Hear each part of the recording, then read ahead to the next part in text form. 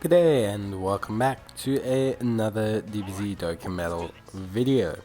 So this video we are going to take a look at how to beat the the tech type stage, or the tech type Frieza Force stage of the Furious Charge Breaking the Siege event. And the way we're going to do this is quite simply by running a friend Raditz int free to play AoE Raditz after his Easy A.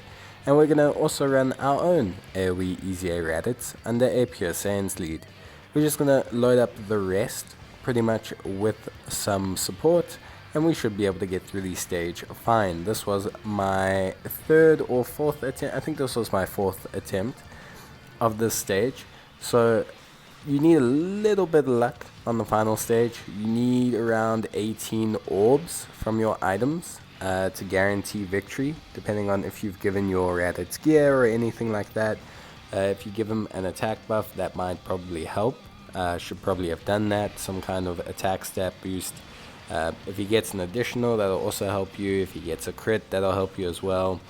But ideally, yeah, you really need to make sure that in the final stage you get probably more than 15 orbs, I want to say, to have a good chance of clearing the stage. Otherwise, you're going to be left with a very small amount of health, which is a little bit upsetting. It's also going to depend on which supports you take and everything like that. So let's play it safe and say 18 orbs. And when I say 18 orbs, obviously the two items you're going to take are you're going to take the Beerus head item, the Monarcha costume item, which you can get from the Battle of the Gods movie event.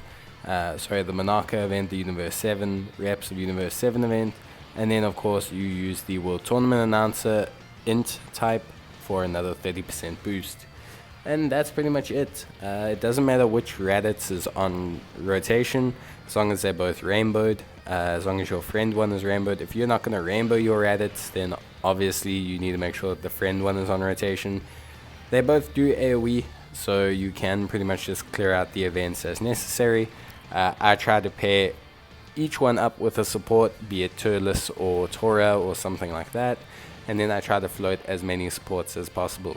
Ideally, in your final round, you're not going to get the transforming Vegeta as a unit or anything. Hopefully, you have double supports, because that's obviously going to help you reach your goal.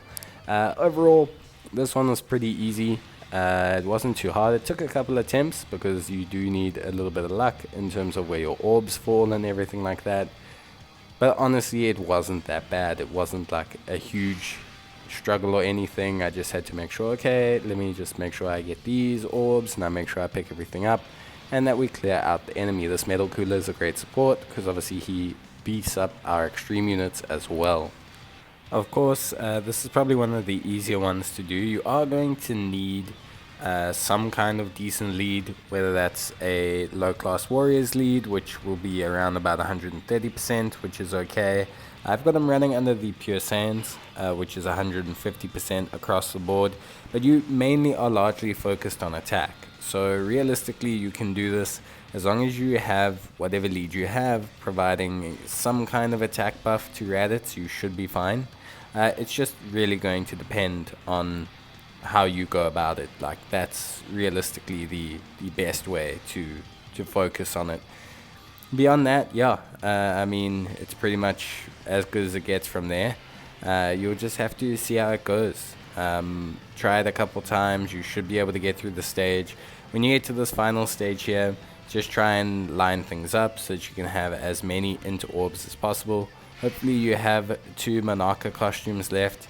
Obviously they don't stack the buff, but they can change orbs twice, which is really good, because as you can see here, we got a full field. And you can see I'm still selecting the most orbs possible. Like, you really want to make sure that you get as many orbs as possible, because that's really going to help you get more damage, because it's progressive. So the more orbs you get, the more damage the unit's going to do. It's just how it is. So yeah, definitely something that you could focus on.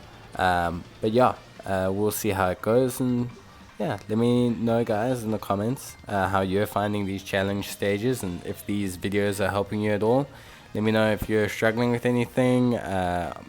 Are you interested in doing these events, how are you finding them, and as always, I'll see you guys in the next video. But until then, take care, stay safe, and bye.